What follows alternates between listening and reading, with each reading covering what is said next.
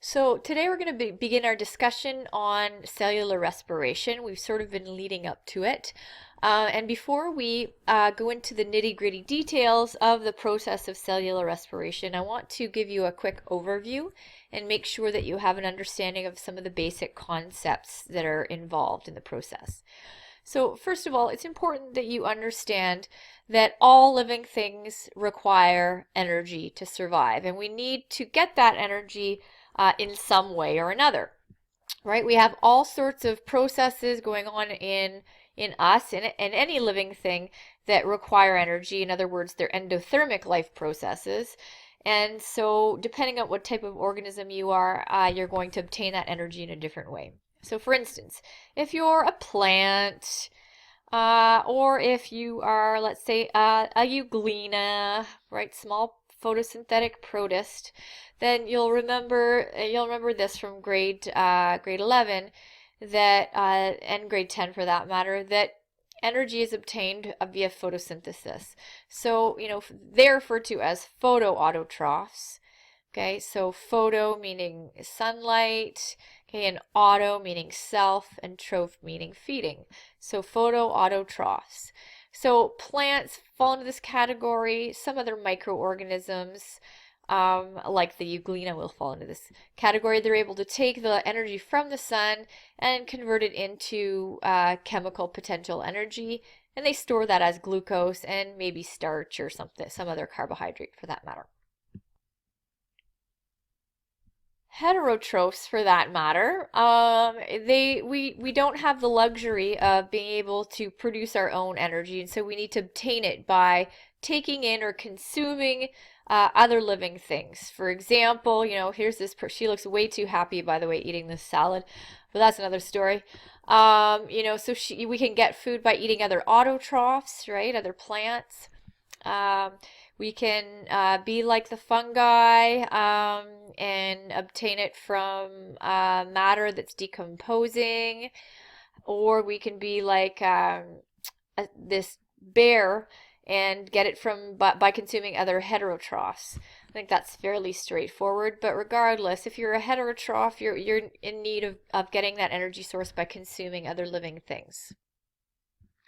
And so I wanted to make a point of discussing this. Both groups, whether you're a photoautotroph or a heterotroph, you're going to use glucose as your primary source of energy.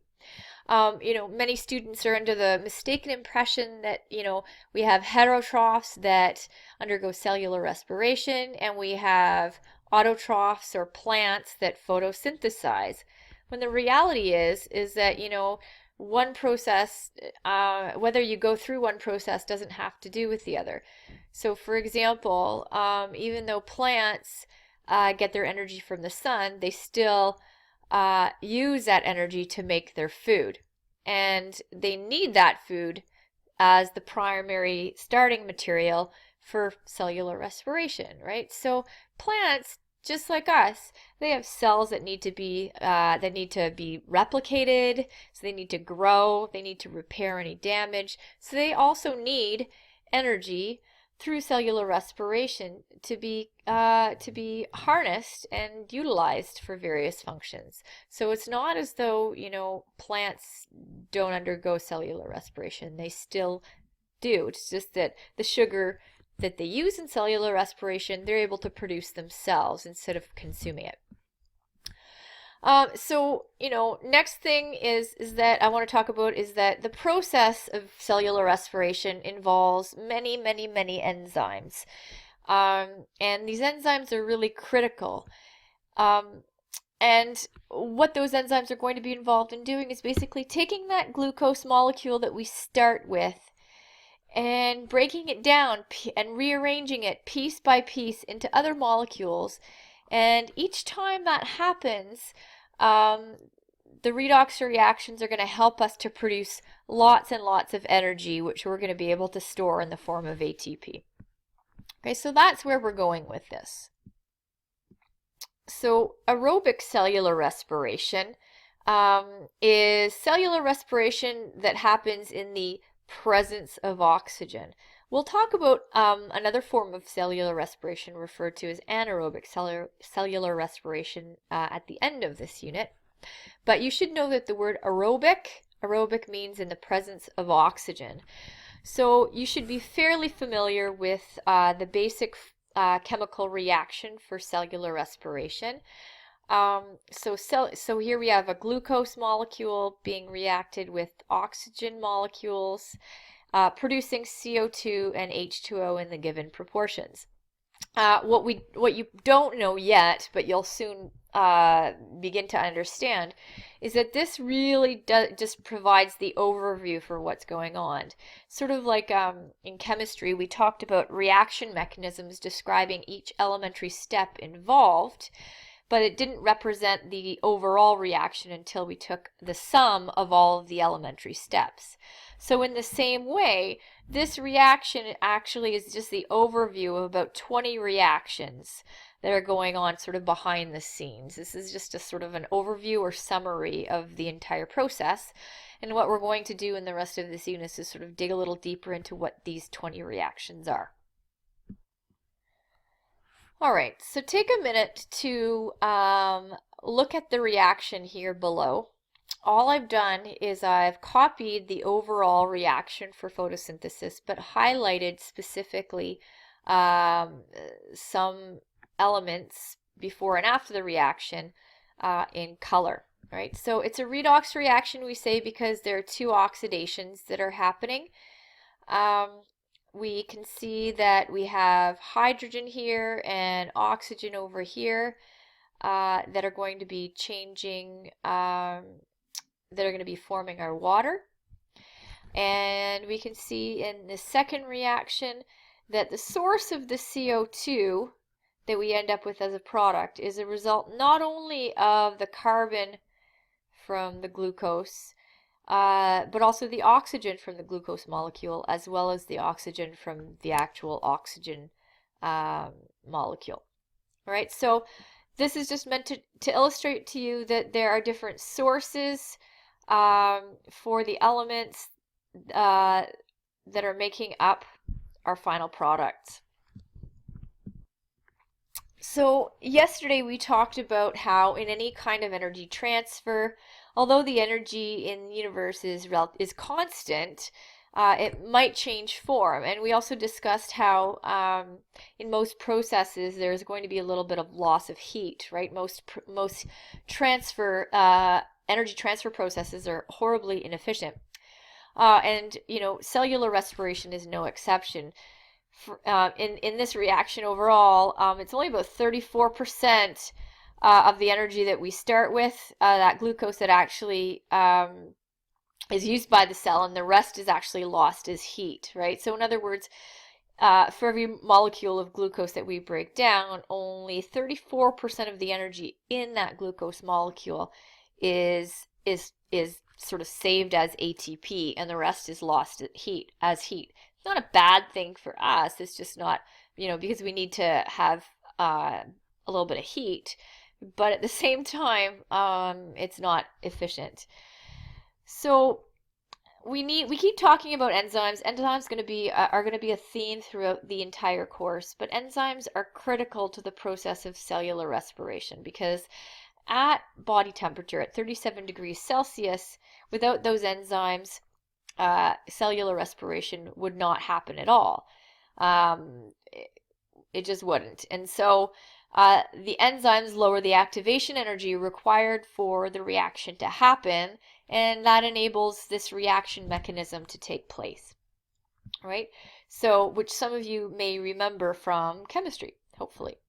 All it is it just means that the energy hill that needs to be overcome in order for the reaction to happen is a little less high, right? A little bit less energy needed to get things going if there's an enzyme present.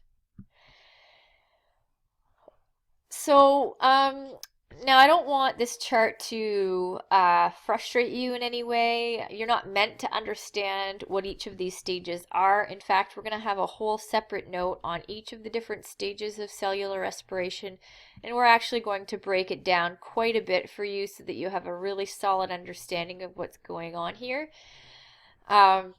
So fear not. By the end of the unit, each of these stages you'll be hopefully fairly familiar with, and will come to understand it. And you'll look back at this note, and it'll be a nice summary for you.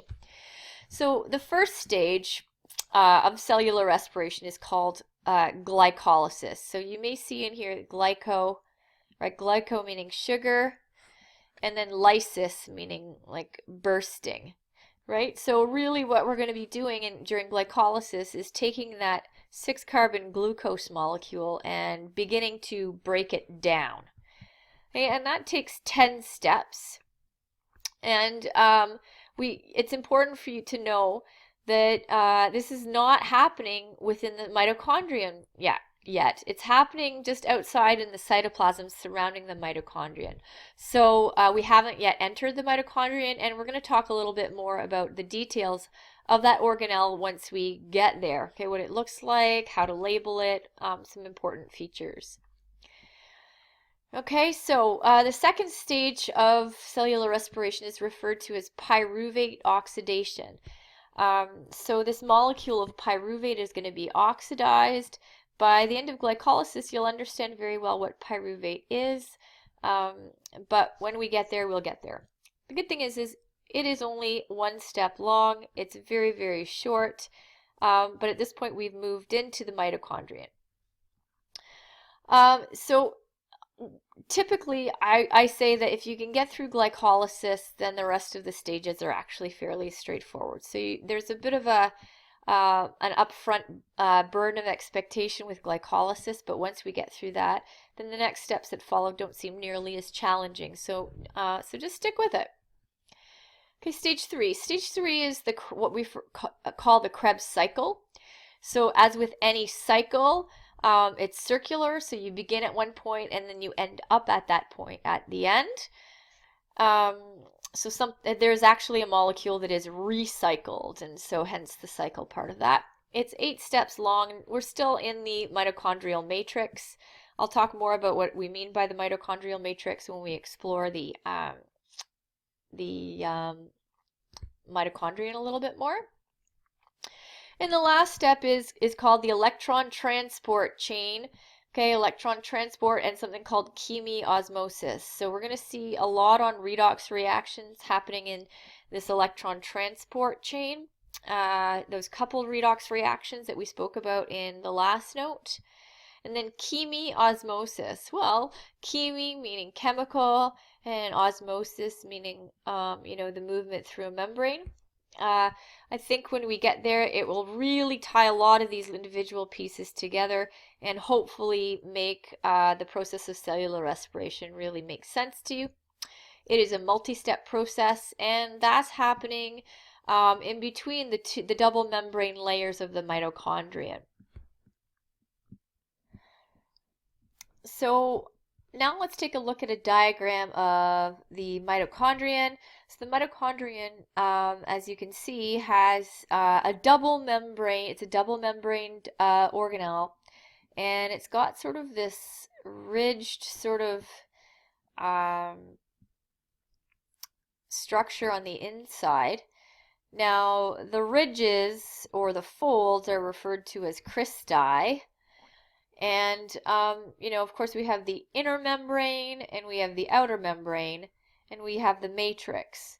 And the matrix is just this area in the very middle of the mitochondrion itself. The part that's sort of shaded in yellow, this hollowed out area in the middle, is referred to as the matrix. Now, one thing I'm not seeing in this diagram that I would like you to add to your diagram is this, okay, is that there's this little space you can see between the two membranes, between the double membrane. So I'm going to just kind of write that off here. So it's just in this space in between. And that is called the intermembrane space. I don't have my smartboard, so I'm just writing this out using the tool. So to bear with me, membrane space.